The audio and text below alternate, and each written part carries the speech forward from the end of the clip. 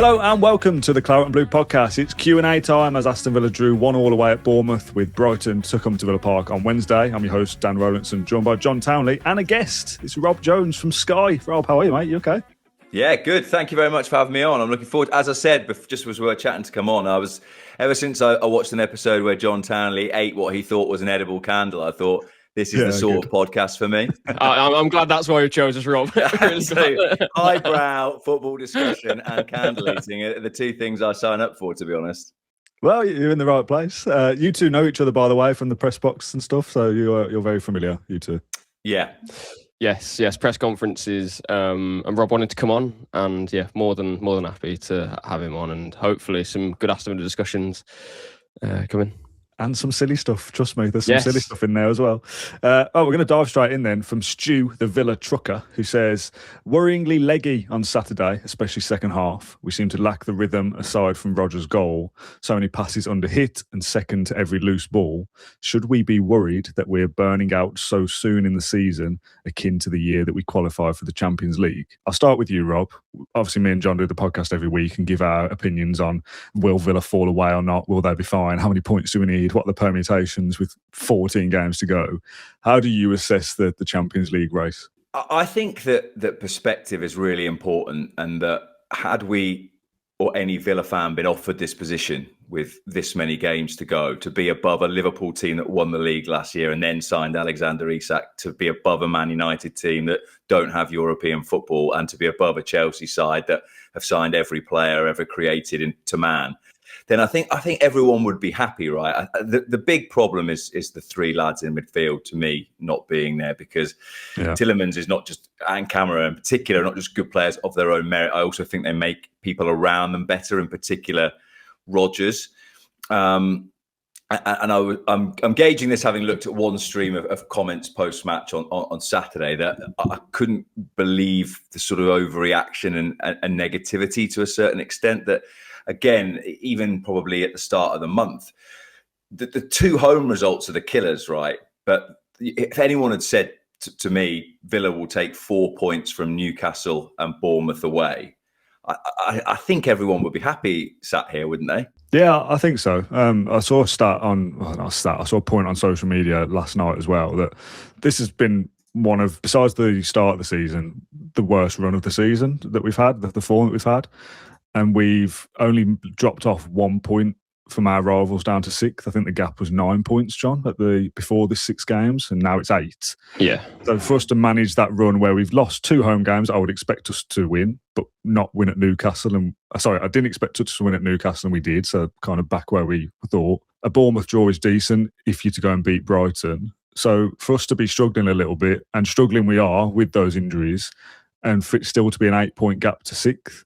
I mean, even this weekend specifically, we started 7 points ahead of Liverpool and we've ended it 8 points. I just think the nervousness comes from the fact that we've given our rivals the chance to close the gap. And obviously Chelsea and United have done that nearly. But when you lose to Brentford at home and Everton at home, and drawing to Bournemouth is not a bad result, but we're thinking, Liverpool can make this 5 points if they beat City. And after Szoboszlai scored that goal, 74th minute, we're thinking, that's the case. And then now this can turn in the space of a week. So one part of me understands the anxiety, but as Rob says there, really we shouldn't be in this position given all the circumstances that we have going on. So it's almost like sometimes we can be, let's say, victims of our success. We haven't done it yet, but it's got that sort of feeling about it for me, where we do need to take perspective and take stock of what we're doing and how well we've performed.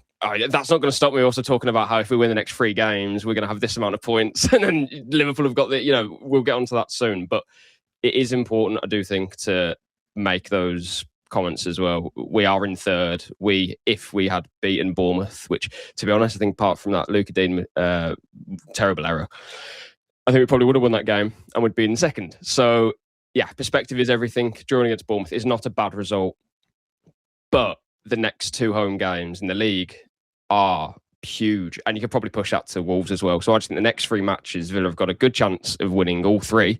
I don't think there's anything wrong with saying that, but full focus on the Brighton game, because that is a huge match in Villa's season, in my opinion. At least 7 points. And a decent bit of clean audio from you there, John, until the very end. Did the roof just knock off for a bit?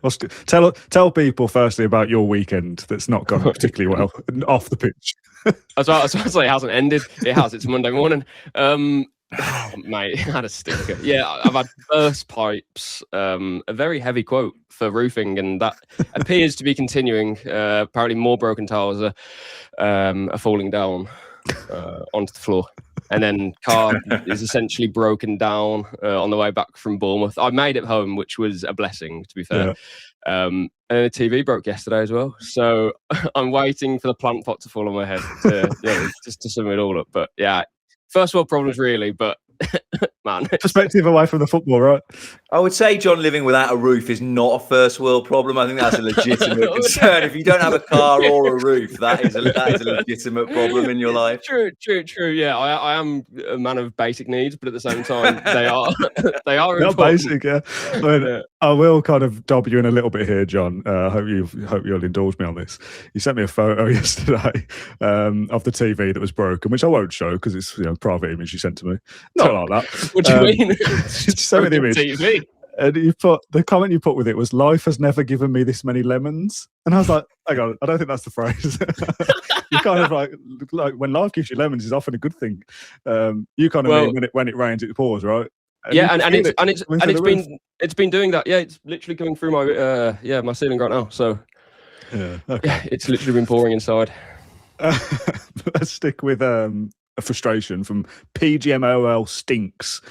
If Liverpool pip us on goal difference to 5th place, I'll be fuming Man City weren't given that goal yesterday. I mean, if we miss out by 1 goal, that would be mightily frustrating for the 2nd season in a row.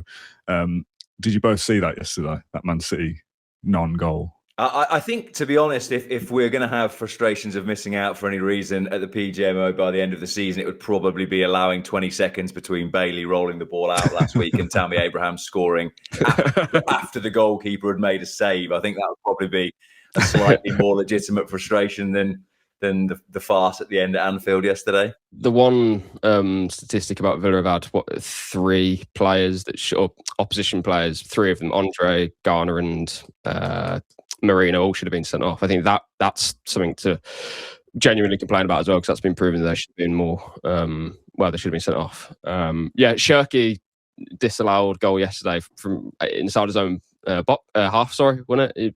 Goal of season contender, so that's a shame for him. And one little positive: Szoboszlai does miss Sunderland away, which is by no means a gimme for Liverpool. So if we win and Sunderland get something, we'll all be. I don't know how Rob feels about these things, but for us, it's every detail we pour over. Szoboszlai maybe not taking a couple of free kicks at Sunderland could mean Villa extend their gap. I mean, yeah, it's difficult, isn't it? Because you end up sounding very sort of cliched manager and thinking that Unai Emery is channeling his way into your brain. But I think, well, Villa luckily now are in the position where it's just like, worry about your own business, win enough games. And if you win enough games, then none of the 3 behind you can catch you. And Liverpool are one thing, and Liverpool are slightly weird this season. And I was doing a show on Sky yesterday morning and sort of said that they almost feel, and I've covered a couple of their Champions League games this season, beat Real Madrid, beat Atletico, beat Inter. They feel like a team that's actually quite well set up to play in the Champions League, because people like Wirtz, Ekitike are still adjusting a little bit to physicality of certain teams in the Prem, whereas that I don't think is the case in the Champions League. And I don't know. I feel like we're heading towards Mick McCarthy territory, but this Man United run can't go on forever. I don't think that they've become, Brazil of 1970 under Michael Claret. They will still lose games, but yeah, you do, of course, you look at details from other teams, but I think the key is, and I'm sure that this is the point the manager will be making to Villa's players, is sort yourself out and don't get to the end of the season thinking, well, we could have done this and we could have done it. Because last season, that is a prime example. Had they have played anywhere near their potential at Old Trafford on the last day, regardless of what Newcastle had done, they would have got into the Champions League, and they didn't, because they didn't play very well and therefore sort of only had themselves to blame. I think that's a really good point from Rob. We do need to focus on ourselves. It's just when we slip up, naturally you look over your shoulder, don't you? It was interesting because there's still questions to Unai in the post-match press conferences and is the title race over? And I'm there like, was that either of you two asking that?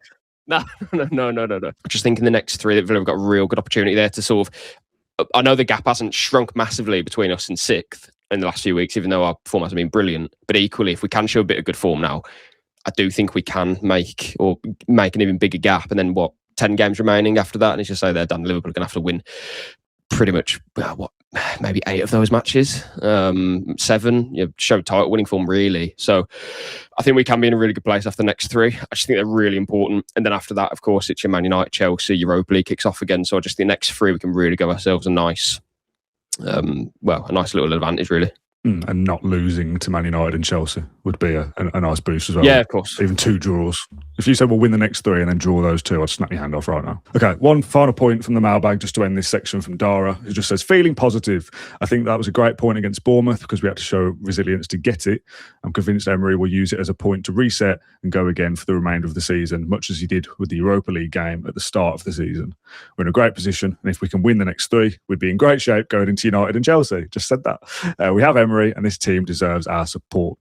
I think that is the main reason for positivity, right? There is a good group of players here, a world-class manager, a couple of winnable games coming up on paper at home where the home atmosphere and everything needs to be electric. And if we can get over the line in the next couple of games, then we should be in a decent position going into March, shouldn't we? Definitely. Yeah, I think the other thing as well, what John, you were both talking there about, you look at other teams and sort of compare yourself to the sides around you. Like you look at that Brentford result at home obviously looks bad, but then they go and beat Newcastle at the weekend, and Bournemouth. I think the manager again made the point on Friday with Villa have drawn with Bournemouth, but they pushed Arsenal right to the limit. They beat Liverpool at home. They beat Spurs at home. I think what the money in the Premier League has done has pushed so many teams together that you usually get maybe 1 or 2 outstanding teams. And I think Arsenal particularly are better than the rest. And I think there are maybe 2, 3, 4 weaker teams, certainly Wolves and Burnley. And then everyone else, I think you're taking 2 or 3 players out from injury and you go backwards, or you get your best team on the pitch. Or I think for some of the teams, Man United be the prime example, and they maybe should have benefited from it more before Claret took over. If you're one of the teams that are not playing Europe of that sort of big 6, which I think has become an 8, that gives you an advantage. But I think that, 10, 15 years ago, you would think the teams who are sort of 12th, 13th, 14th, that's 6 points. Now, games against, I know Palace are on a bad run, but their Villa's absolute, kryptonite. Brentford, Brighton. I was at Fulham Everton on Saturday. I thought they had 2 really good teams. Fulham could have been about 4-0 up at half time. Villa have still got to go to Craven Cottage. Now, I know they usually beat Fulham. That's a tough game. Watched Everton. They won away again. Again, Villa would want to win that game 8 times out of 10 at home. But I don't think there are many bad teams in the league. And I think for all those fixtures, and this is the thing, you can drive yourself mad at this stage of the year, can't you? Looking at everyone's fixtures over and over. We have to do, every episode. Yeah. But the thing is that there are weird results, and that's why bookies are in business, is because they're football is unpredictable, and I think this Premier League is very even. I think there are a lot of teams who are very similar, and not many results would shock you massively. I don't think it's a bad thing. This is a level Premier League season, because I do think we have on some teams the advantage of bit of continuity. We didn't sell many players in the summer, did we? So although we had a bad start, it's no real surprise to also see us, put a run together. And we've had a bit of a wobble, but considering what we've seen in previous seasons, there's nothing to suggest that now Villa are going to put together their worst run of form under Emery in a 13-game period. I don't think that'll happen. So I think we'll be okay. But it won't stop us talking about what games. So sorry, Robert. It's not going to stop. Rob, I want to ask you about Harvey Elliott. A player that we talk about pretty much every episode as well, from River. I know it's 35 million, but we need Harvey Elliott in these times. We've lost so much in the middle, with 3 of our best players out. It's costing us badly. Kamara, McGee and Tielemans. What are we going to do with Elliott? What do you guys think? We've said our piece a million times. Did you work for Liverpool? Yeah, I still do bits for LFC TV. So I've interviewed Harvey a lot of times, and that has been my main point really a few times, having been asked this question, is I feel sorry for him on a human level, because he's a really, really nice lad, Harvey Elliott, and I think he deserves to be playing more football than he's played. And it's a weird one. I mean, you could do like a full hour just on the Harvey Elliott situation himself. Now, I'm convinced of the 3 attackers that Villa signed that he is the best player. And obviously Gesson has been sent out already. So that is probably proof of that. But to me, I like him more as a player than I do Jadon Sancho.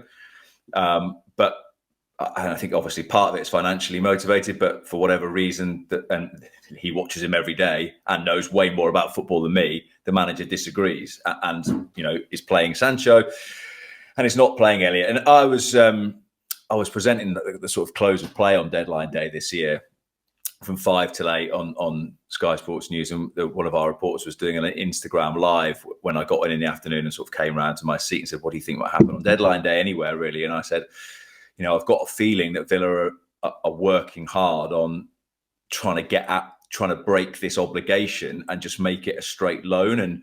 And that's what he confirmed to us on Friday when he was speaking, that they've been speaking for 3 months about trying to make it a straight loan. And I think obviously that's really good that would be good for the player. He gets games. Villa definitely need him. And again, we live in a hypothetical world. Who's to say if he plays on Saturday, maybe he scores the winner against Bournemouth, maybe he doesn't. But that's completely sort of we're guessing. But I think Liverpool are obviously.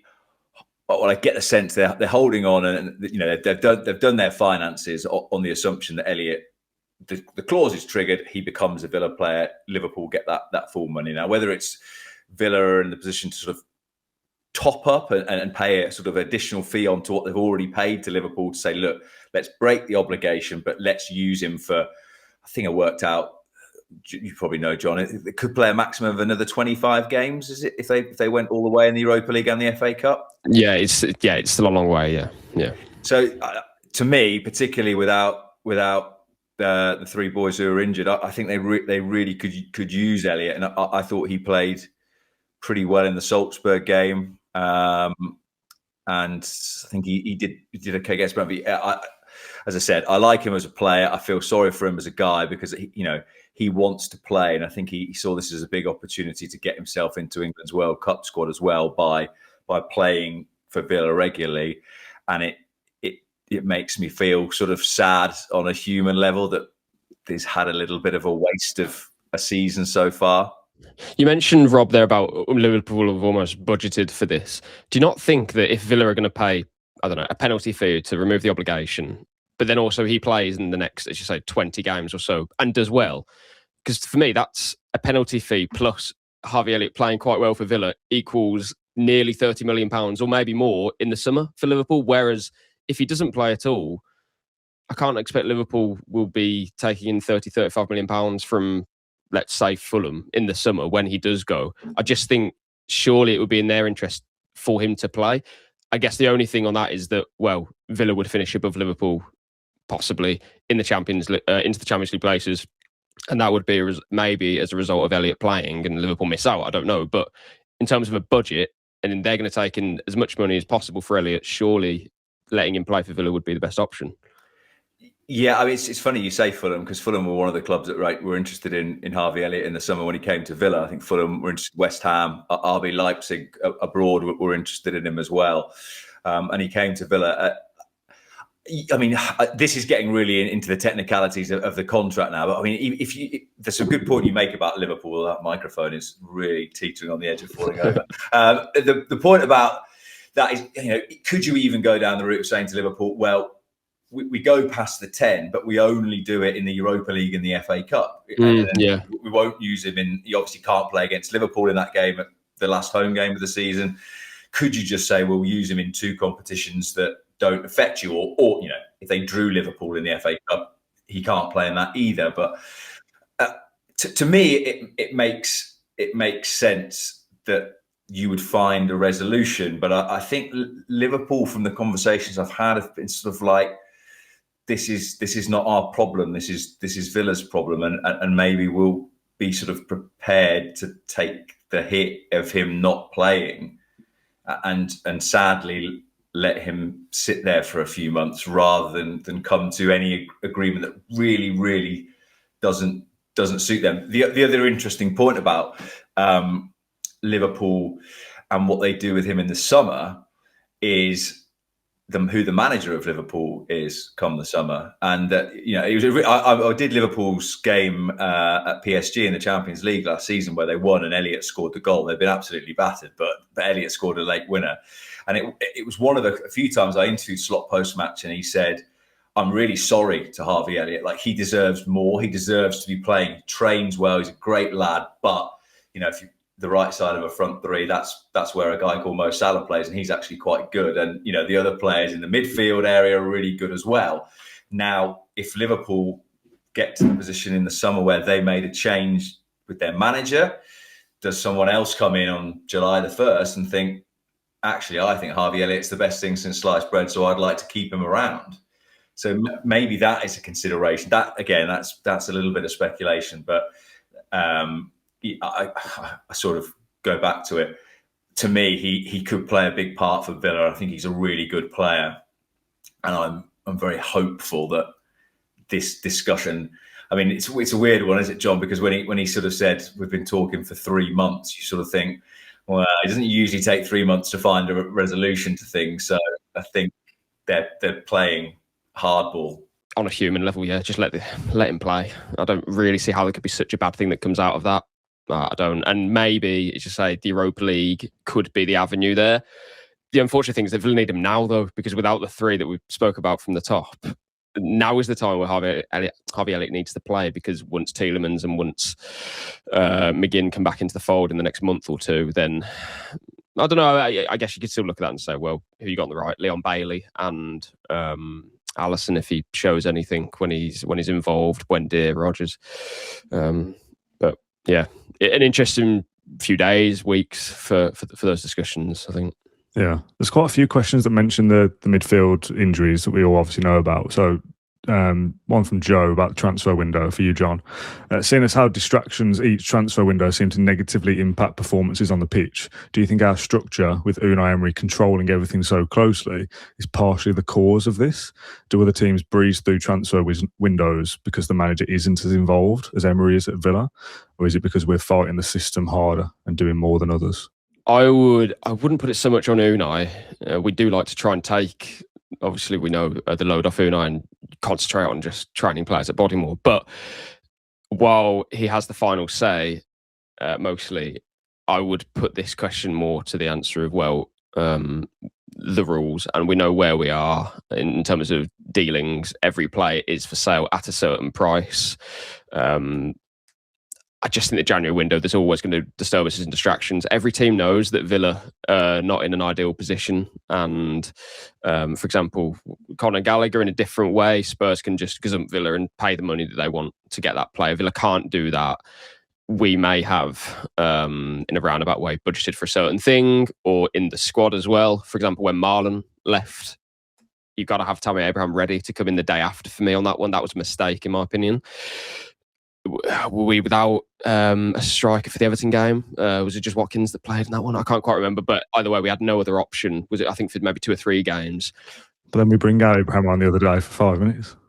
Yeah, and I guess that's a different sort of topic. But just in terms of transfers and why results do slide, I think it's certainly a question for Unai himself. I'd love to know exactly why, but I would definitely put it down to mostly the difficulties that we're having, because if we said that Villa aren't under pressure from rules and they can spend the money that they like, I don't think we would be. It's why would a player want to be leaving Villa? That's not going to be on anyone's agenda.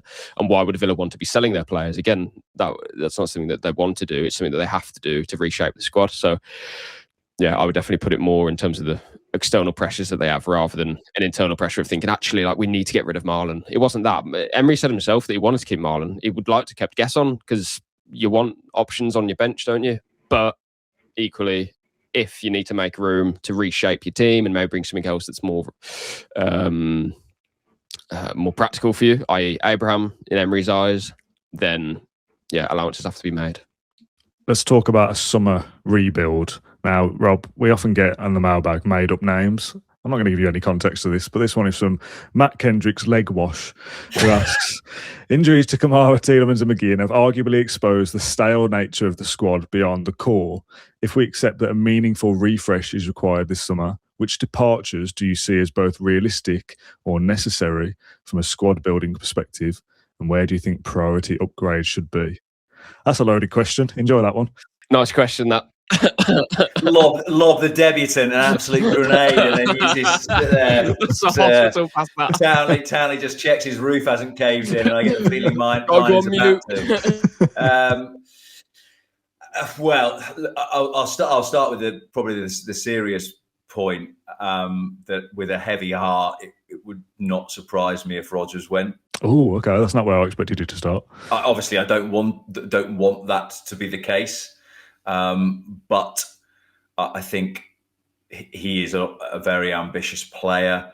He has signed a new contract very soon after signing another one, with which I would be relatively sure there is a sort of Jack Grealish style release clause which benefits the club. And it's a difficult thing, isn't it? Because I don't know if either of you watch The Simpsons. But, yeah. So I don't know if you remember that episode where Marge finds that Chanel dress in one of the outlets and then spends the rest of the time sort of readjusting it until eventually it fritters away. That's what I feel the windows are a bit like for Villa now, that they're sort of just like edging it round and doing that, and then making a little change, and we'll get Leon Bailey back and farm so and so out and do this, and eventually you might have to do something more significant if you're going to get 80 plus for Rodgers. Does that give you 3 or 4, or 2 or 3, ways of reshaping that squad? I'm trying to think of the other. I mean, Martinez, again, watching and listening to your podcast and listening to other stuff discussing Villa, it feels like it might be coming to an end and missing a lot of games quite late on. Or pulling out in the warm-up, that sort of thing. And again, asking Unai questions about it, you get a sort of response where it's quite short, sharp, and we're not going to elaborate on this discussion about Emi Martinez. The sense, again, that is to me that might be coming to an end. That is a very, very difficult player to replace, and I think he's made mistakes for Villa this season. He's conceded some poor goals by his incredibly high standards, but he's also made some unbelievable saves. That one from Ryan Christie at the weekend is a prime example. But there still has been games where he saved Villa this season. So they're two sort of very high-profile ones. But then this is where becoming a sporting director, and I guess Unai Emery as well, but certainly Roberto Alave earns his corn, is that thing that sort of Fergie perfected at Manchester United, that as the player is just coming to the downslope of their career, do you cash in whilst you can, rather than leave them for 2 years and then they're not really worth anything for you? And I think you probably, with certain players, maybe sometimes have to say, like from a club perspective, for the fans as well, it's with a heavy heart that X leaves, but you're doing the best thing for the club. And the other really big thing when you look at a summer refresh on what Villa do, whether it's the league or hopefully winning the Europa League, having Champions League football is massive, because the revenue, and that's where Villa are. And I think this is a little bit of a tangent, but having a conversation about it recently with someone, the revenue that Spurs, for example, bring in. They've got an incredible stadium. They host the NFL. They host Beyonce, all that sort of stuff. I think their revenue is something like £180 million above Villa's in a year. And when you're going into the SCR format, the more revenue you bring in, the more you can invest it into your squad. And I think that there are, again, this is a little bit of a tangent, that there are conversations to be had down the line about what Villa do, how much more can they expand Villa Park, or do they have to move somewhere else? And that is important moving forward, that they have to keep generating as much revenue as possible if they want to regenerate this squad. And hopefully that's a long enough answer to get away from the fact that I started talking about Morgan Rogers. We don't want to see any of our star players. We don't want to see anyone leave unless it's... I'm allowed to, unless it's a guest on. I hope you just well at Palace. And I hope we bring the money in. So good assist at the weekend, by the way. Yeah, no, he played well. Best of luck to him for different reasons. But in terms of Rodgers, we see a lot of fans saying like, "Oh, everyone's trying to sell our players." That thing, but also a sort of, I don't know where we quite get this feeling of that. Oh, we can just keep a hold of him. We know the difficulties that we have, and I hope that if we get Champions League, the club can budget around that and think, well, we don't have to sell him, and we can do 1, 2, 3, 4, 5 things maybe, and it's okay. If we don't get the Champions League, I'm with Rob. I'd be stunned to see Rodgers stay at Villa, but I always end these little conversations with, look at where we've come from with Emery and all the players that we've sold. The one thing is that Rodgers is very important to this team. I think he has the most goal involvements of any player for a single team, or is the most influential player. But I just think that Unai Emery is bigger and better than just building a team around a player. We will move on without a player if needs be. Like it will happen. I'm okay with it. It would just be sad if it happened. But at the same time, if a club comes in with a stupid offer, Villa are reluctant here. It is what it is. But I just think sometimes as fans, we can be almost a bit blinded and think like, we're not going to sell him, or why would he want to go there? This is football. Sorry, John. It was really interesting a few years ago when he was at Brighton, interviewed Graham Potter, and there was a line that really stuck out from it where he said to me, "We know where we are in the food chain," as if to say, look, we're a Premier League club, we're a really successful one, but we know that, one day, if it goes how we want it to go, that Caicedo or Cucurella or McAllister, people are going to come in for these guys. And realistically, the best thing you can do is be ready for the moment that they leave. And, there's a lot of discussion probably. And I would say that Villa's most obvious peer in the Premier League at the moment is Newcastle. And I think you want to avoid what happened in the summer for them, where the Isak thing drags on. Yeah. And they're probably paying over the odds for someone like Voltemade because Stuttgart can see them coming. And, again, it's where Emery and those sort of above or alongside Emery earn their corners to think, well, what is the best way that if we have to let one of our key players go, how can we be best set up to combat it and think we've done okay out of that deal? Yeah. And Monchi said it to us himself.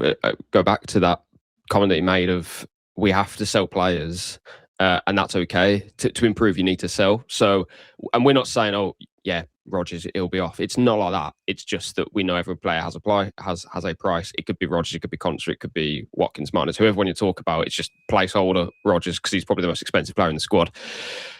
Let's see what the summer brings. We know it's going to be quite an important summer to, again, probably replace your goalkeeper, maybe, other areas of the squad as well. You have to always try and improve. It's just interesting that last summer Villa did very little business really in terms of selling.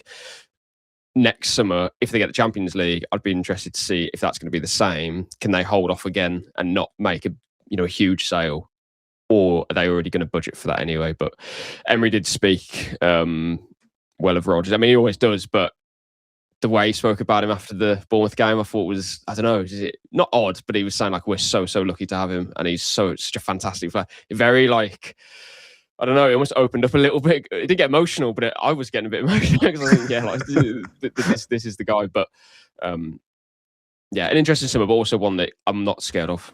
No, and something we'll talk about in more detail as we get closer to it. It's still only February, so let's move on, shall we? How are you for time, by the way, Rob? Yeah, all good. I'm not on the telly till 10 o'clock tonight, so you take your time. Okay, I'll probably be still here when John's roof finally gets finished. That's going to be like such a mad transition, go from Claret and Blue podcast. Oh, no. What a step down. Yeah, exactly. After the Lord Mayor's show is never a more accurate sentence, was it? Oh, wait till you get to the last question on this. Right, is it one blaming Sky for everything that's wrong with the world or something? Asking what trying to sell our players. Yeah, exactly. Yeah. Okay, a couple of footbally ones before some silly ones. Russell, I think with our midfield lacking quality right now due to injuries, it's crucial Emery tries to find a way to play two up top, Watkins and Abraham together. I think Abraham dropping in with Watkins and exposing space and stretching the defence could be a deadly combo. But is Emery too fixed to his system to try something like this? I think he is, yeah. I don't think that will happen. We've seen him try it with different strikers, granted, but I just think the structure of the team, I'm not totally sure. Out of possession, will it work? I doubt it. I'd like to see it, but I would not be surprised if it didn't work. Not necessarily from an attacking point of view. I just think defensively, away against Bournemouth, can you carry Watkins and Abraham both in your team? Considering we like to play out from the back, if we go more direct and try and hit one of them, like, I don't want to say this, but like Burnley did a few years ago, in their structure that worked because you've got, I don't know.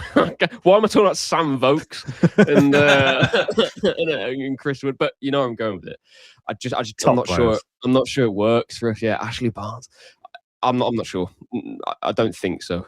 Emery has said a lot that he wants to try it, but never really does. Who would you start on Wednesday, Rob?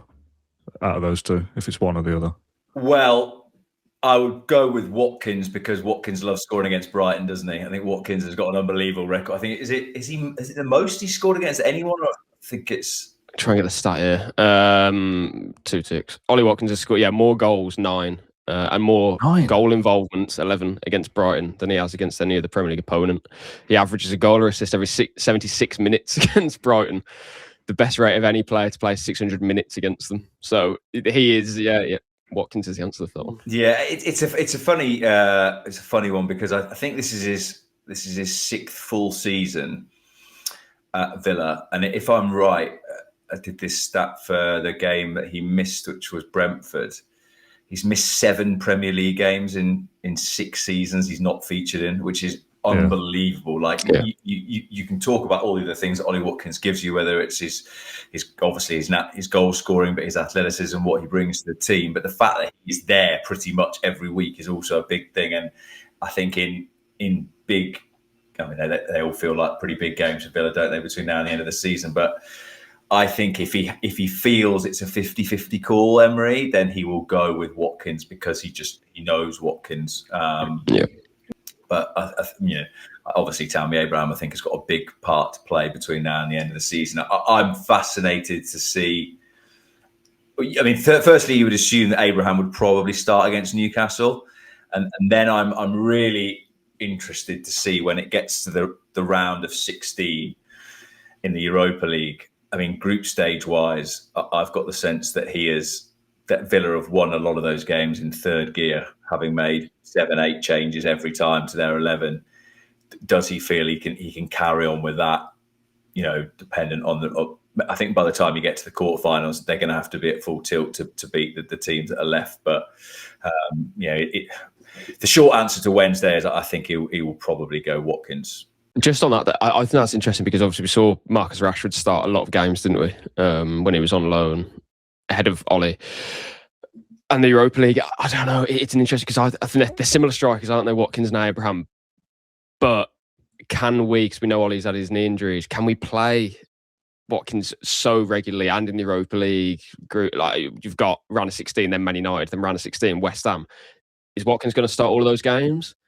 But then is Abraham going to start the Europa League ones, which we also need to win? It's an interesting dynamic, and the point I'm trying to get to is Tammy needs to get up to speed quickly. And I like what I saw from him against Brentford. I mean, he probably should have had his a second debut goal, but that's really important, I feel. I don't think we can just rely on Ollie Watkins to start every game and have the contributions that we want him to. We've seen this season that in some places he does need to come out and does need a rest. And when he comes back, i.e. that Chelsea game when he came off the bench and scored twice, the Brighton match, I think he had a bit of a rest before that and hits 2 goals later on in that first half. So that will be a really interesting dynamic. But to go back to the question, I don't think they'll play up front together.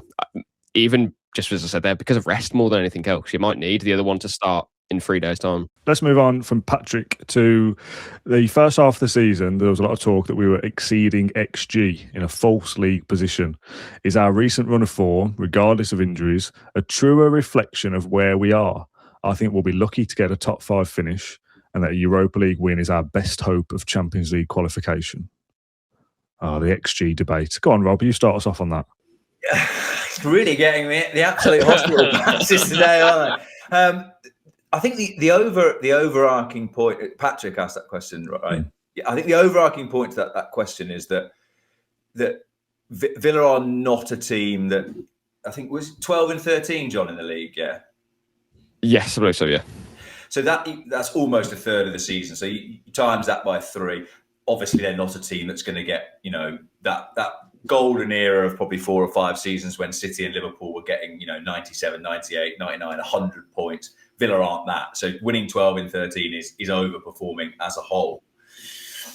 The conversation about shooting from outside the box, if you've got players who are good at shooting from outside the box, and I think a lot of the discussion about the way that Villa plays, because defences drop a little bit deeper to combat the way that Watkins moves, there is space on the edge of the box for guys like Buendia and Rodgers who are good. And I had a fascinating conversation with Buendia about the external company that come in and work with him on his free kicks and how he strikes the ball, and the amount of clips and data that this company has that helps particularly him and Rodgers with that. So Villa have players who are good at shooting from outside the box. And it's funny because then the moment they lose a game, and my dad was at the Brentford game and he texted me after and said, God, they're trying to walk the ball in. And well, it's like, you can't have it both.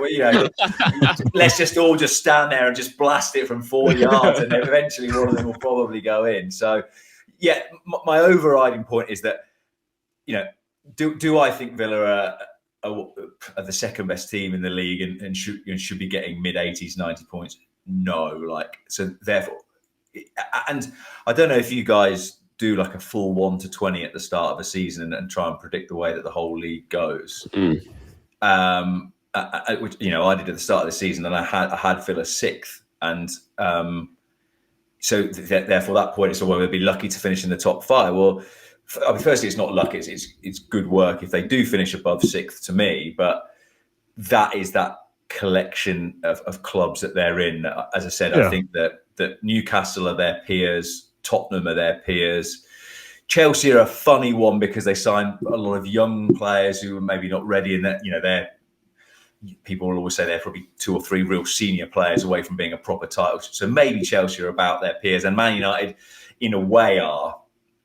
But I'm not sure many people at the start of the season thought that Villa would get anywhere near Arsenal, Liverpool, or Man City this season, and to be where they are is a testament to the job that the manager's done, and testament to how well the players have played, and perhaps in some metrics, XG being one of them, they have overperformed a little bit. But yeah, I think between about 4th and 7th is where Villa should be. Yeah, I think at the start of the season I had them as 5th. I think in January before the injuries, I probably would have said 3rd. I'd take 5th now though. So I think if we did still finish 5th, I don't know, maybe some people would see that as a bit of a drop-off because we've been so comfortable in 3rd for such a period of time. But I think given the context of the injuries, just to get over the line and get into the Champions League again is the main thing. However you do it, doesn't matter. To me, winning the Europa League is the thing, because that takes care of Champions League qualification, but it's the trophy. The trophy, 30 years this year since Villa won a trophy. To win something is the thing. And okay, when we're all sat in our rocking chairs, probably ruthless for John when we're 70, with no car, still staring at that crap TV. You probably won't. Do you remember that season we pipped Chelsea to 4th? You'll think, do you remember that night in Istanbul where we beat Roma or Porto in the Europa League final? And obviously, again, Emery says it every week, John, doesn't he? The Premier League is the thing. But I think it would be fascinating when you get to sort of April as to what Premier League teams he will pick around the potential Europa quarter and semi-finals. Yeah, that's absolutely. We've always said exactly the same as you, Rob, for that reason. But I haven't actually thought of what would we do if we're balancing the two. I don't want to see it because I want Villa to be home and hers and I want it to be comfortable. But at the same time, it would be so interesting to see, let's say we are pretty much level on points with those teams beneath us come mid-April with 6 games left, and you're also battling the quarterfinals of the Europa League. That would be extremely nervous, but also very interesting to see what Emery would do, as you say. I just think with McGinn coming back and Tielemans coming back in the not too distant future, probably Tielemans after the international break. So get the points you need there. But then after then, okay, we know Kamara's gone. That's done. Anana needs to stay fit. But I think we've got enough to do both. It's nice to have the kind of buffering away of the Premier League. I think if we're not in the Champions League next season, something's gone badly wrong, though. Even though we can add context and perspective about, well, this has been an incredible season. But with 13 games left, we've proven that we're good enough to get the points that we need to now finish in the top 5. And for me, there's no excuse not to win the Europa League, even with Kamara missing the rest of the season. So I just think it's all on us. We can look at teams beneath us. We can look at what's to come. But Brighton, you got to win that game. Europa League, you got to win that competition. It's pressure, but this is where we are now. What's the point of being here if we're not going to get over the line and win the Europa League, but equally in the Premier League as well? No one's going to be celebrating finishing 6th and then say, well, you know what? We still had a great season. You can say that because at the start of the season, we predicted us to finish around there and say, you know what? We're probably about where we thought we'd be. But considering the legwork we've done and the games that we've got, and I think that we can get the points that we need, I don't think anyone would be saying after that Man City game, oh, well, we didn't win the Europa League, but we finished 6th. That's not going to cut it. No. Can I ask both of you a question then? Would you take finishing 6th and winning the FA Cup? No. I mean, that's really difficult. That's really difficult. I go on, Rob. What do you think? You can't turn my own question back at me, John. You can't throw his hospital bus back at him. Dan, I'm interested because Dan, that was a very quick, flat no, Dan. Yeah, I think I've said this a few times. Like, I've got my fan hat on and my I want the club to be the biggest club ever hat on. I think the Champions League is so important. 6th place in the FA Cup would be great, and I would class that as a good season. But I don't know, not being in the Champions League when you've been 3rd all season and we keep saying we're going to win the Europa League, to do neither, that would be a failure, I think.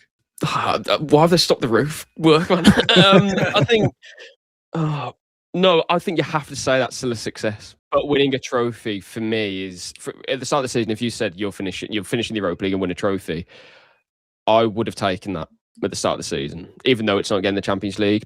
Because I just think, as we explained earlier, even with the Champions League, you need to try and get in as much as possibly can to get these revenues up. But you're almost just chasing something that's just, it is what it is. Like, what's the point in playing football? It's to win trophies, really. It's success. Even if we get in the Champions League, we're still going to be behind Tottenham, who don't have European football in terms of revenues. We're still going to be chasing that. We're going to be forever chasing it, really. Like, it might take 10 years for us to get there. Villa obviously want to do it quicker than that, but I'm not sure they will be able to, even with Champions League football. So, well, they certainly won't be able to without Champions League football. No, absolutely. But for example, when the Deloitte figures come out the other week of the season, we're in the Champions League, and everyone was like, "Oh my, 70% wage to revenue. Look at this. Look at our revenue. It's booming." That's only because of the Champions League. And Claret can talk as much as he like about, here we go. This was all my work or whatever. It's not. You might have helped to a point, but the Champions League is the reason why that turns to 70 million plus. As soon as it goes, and we'll see the results of this when this year's figures come out next year, it'll be the same. It will drop because of the Champions League. You have to keep getting the Champions League. So for me, it's just a bit of a, for what? You want to be in the Champions League and get these revenues to be successful and win trophies, but we're going to say no to an FA Cup. For me, no. I get exactly what you're saying though, Dan, because success is finishing 4th or 5th in the league. That is success.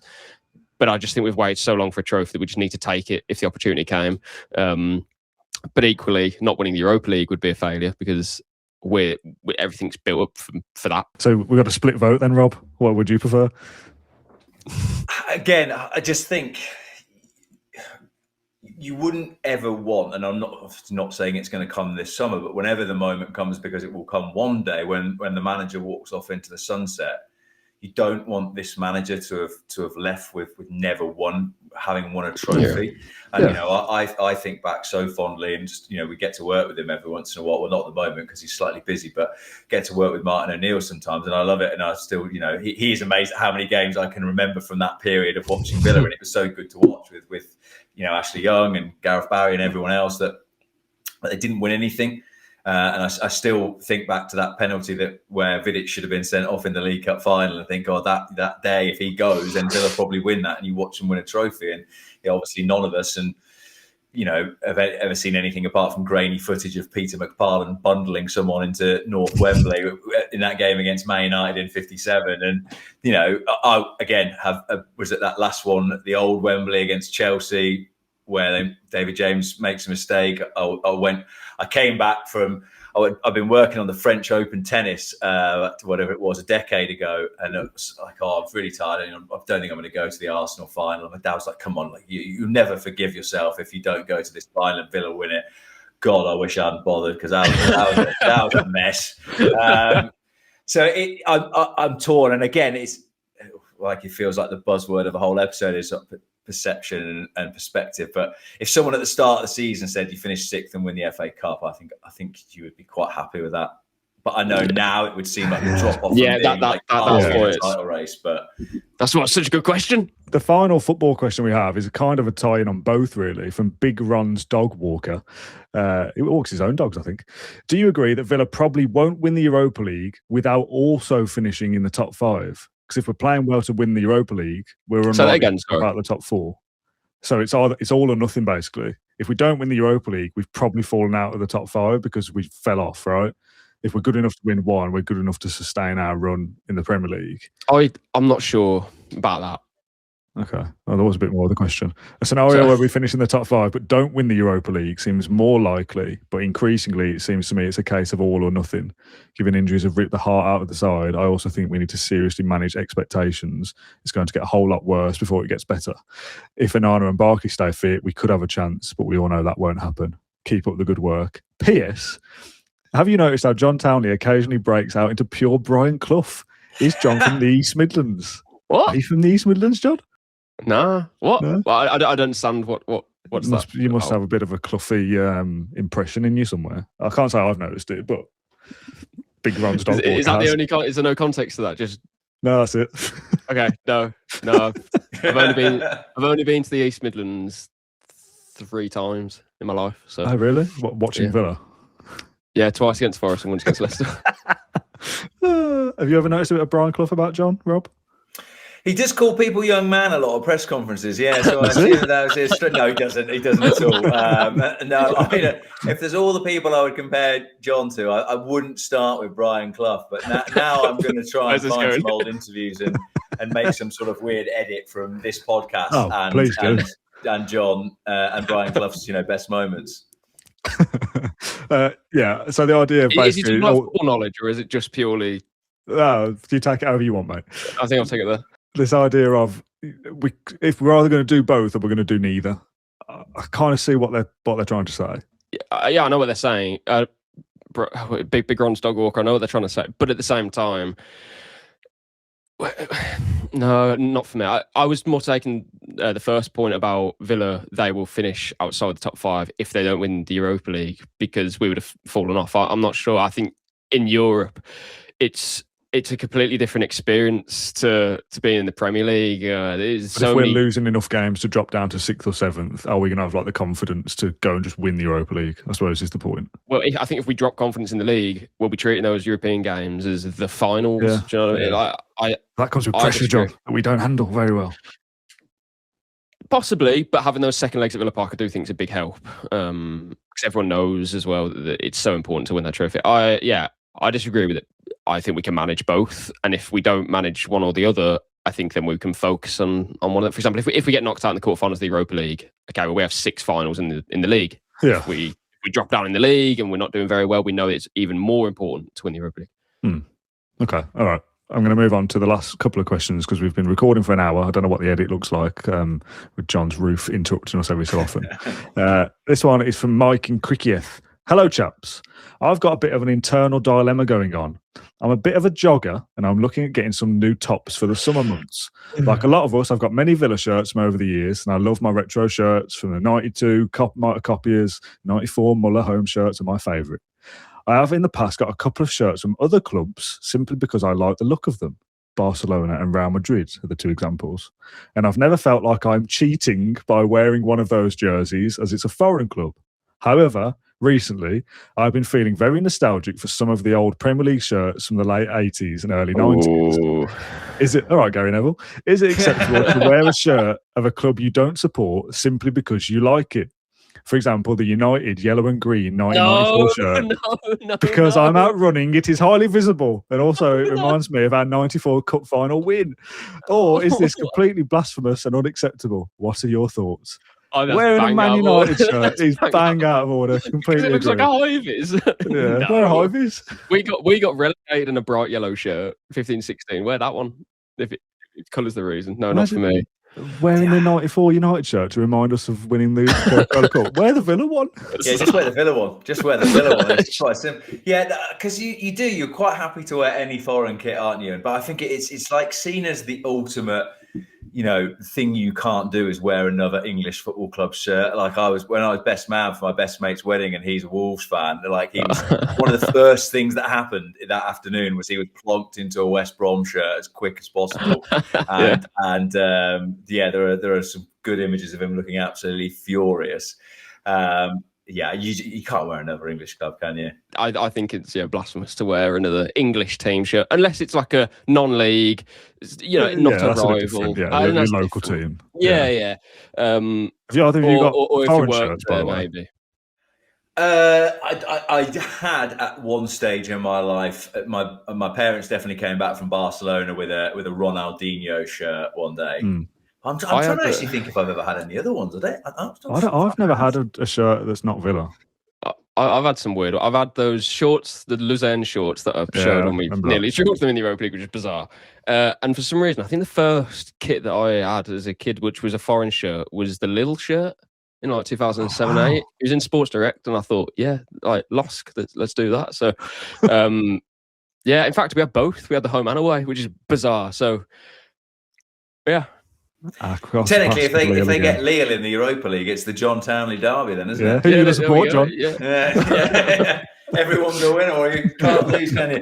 I like when I do Champions League trips working wise. I like to get something from the club shop, but it's like a fridge magnet. Yeah, I bought a training T-shirt because I just really like the T-shirt from Atletico Madrid a few years ago because it's just a really nice top. But I couldn't go with an English team. What I would say, not to dig out Mike too much, his reason for wearing it, I think, is the most allowable. Some form of exercise, like just wearing like a Real Madrid shirt, like on a Google call or like down the pub or something. That's weird. Yeah, because now I've got images of Mike doing one of the things which is a real pet hate of, like, if I was room 101, is people who run in particular topless. Like they're always ripped, and you're like, we get it. You've got muscles. It's like 12 degrees, and it's Solihull in the middle of like March. You don't need to run topless. You're fine. Final question from Earl Barrett says, probably not Earl Barrett. You are an orphan child. You need to pick your new father, but he has to have been a Villa manager from years gone by.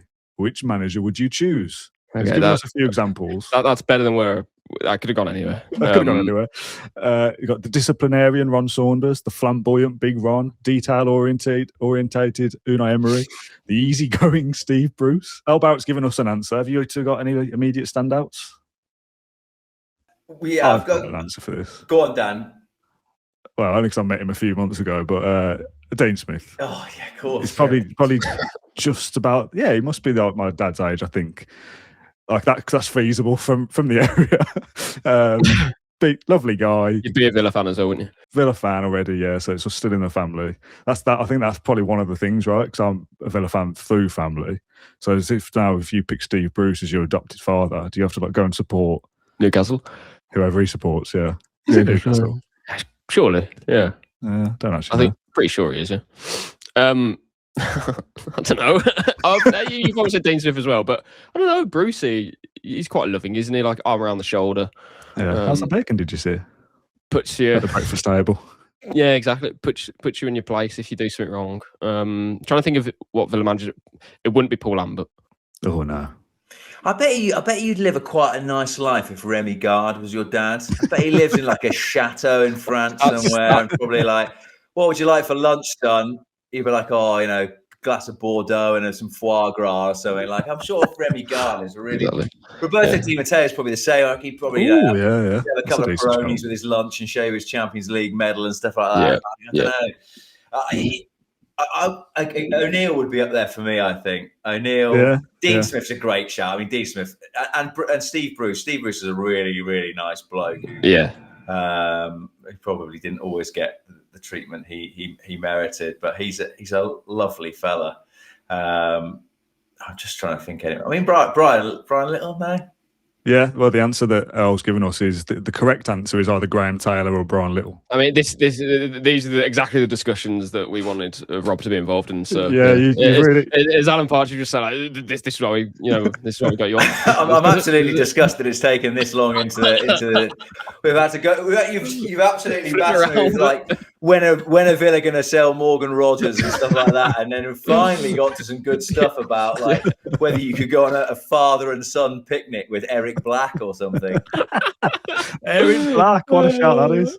Black, wow. Rob, I'm so pleased that you bought into the nonsense of the Claret and Blue podcast. Thank you very much for joining us. What I'm here for, anytime. You've passed the test. Good. Yeah, you're welcome back anytime. One final point I wanted to make, and I'm pretty sure I've got this right. This is from Hercules the Lion, who said, and I've saved this till the end, if John Townley can get through an episode without saying, I don't know how to explain this, which is not the best verbal tick for a journalist, I'll give £10 to charity. I don't think you have said it, John, unless I've missed one. I may have. Have you? But I didn't notice it's very but having said that, when I see that. things like this, I think, does he actually say that? But now it's been pointed out to me. I do think there'll be times where you'll go off on a rant and you'll go, I don't know how to explain this. So I think you do say it. I definitely do. I think we didn't we do this for the 1000th special or something? That every word. What was your? Oh, we really went through yours, didn't we? When you'd say firstly and then B. Yeah, I'll start a list and I'll be like a list of things. It would be like, 1, Ollie Watkins isn't in form at the moment, and B, it's Tammy Abraham the answer. Yeah. So if I'm correct, then John didn't say that, then I expect a £10 charity donation. Would you like a charity of your choice, John? You could give it to Acorns. That's fine. Acorns, okay. Well, if John didn't say that, give it either way. Actually, I don't think you have said it. Please support a new homeowner whose roof is collapsing, TV breaking. Is this when I edit on like raindrops and like it goes black and white, a bit of somber music? Yeah, please do. Yeah. If you have a journalist in need, it will help. Right. That is all the questions, Rob. Thank you very much for joining us. Have you enjoyed your Claret and Blue podcast debut? It's been great. Hopefully I've earned a second appearance. I'm trying to think now of Villa players who only ever made one appearance for the club. Did Michael Standing only play once for Villa? I feel like he did. Someone like that. There must be a goalkeeper in recent years who only played once. Anyway, I'm hoping there's a second cameo in there for me at some point. Yeah, we'll get you to your Tom Carroll, a second appearance somewhere down the line. Right, both, thank you very much for joining me. Hopefully you enjoyed this episode of the Claret and Blue podcast. You can get involved in all the various different comment sections with your thoughts as well. We'll be back on Tuesday with an episode of Claret and Brew, and then Wednesday for the post-match against Brighton. Thank you both for joining me. Thank you for watching or listening, and we'll see you tomorrow. Bye-bye.